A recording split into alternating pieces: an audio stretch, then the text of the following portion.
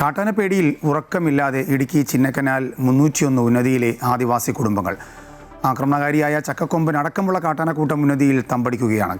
കാട്ടാനയെ തുരത്താൻ വേണ്ട സംവിധാനങ്ങളില്ലാതെ RRT സംഘവും പ്രതിസന്ധിയിലാണ്.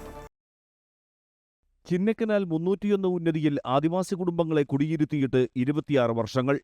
അന്ന് ഇവർക്ക് നൽകിയ വാഗ്ദാനങ്ങൾ ഇന്നും നടപ്പായിട്ടില്ല. അക്രമകാരിയായ ചക്കക്കൊമ്പനും മറ്റ് കാട്ടാനകളും കാടുകയറാതെ ഉന്നതിയിൽ തമ്പടിക്കുന്നു. അപ്പം ഞങ്ങൾ വരുന്ന കലക്ടർമാരോട് എല്ലാവരോടും നേതാക്കന്മാരും എല്ലാവരും ഞങ്ങൾ ബുദ്ധിമുട്ടുകൾ പറയുന്നുണ്ട്, നടപ്പിലാക്കി തരുന്നില്ല.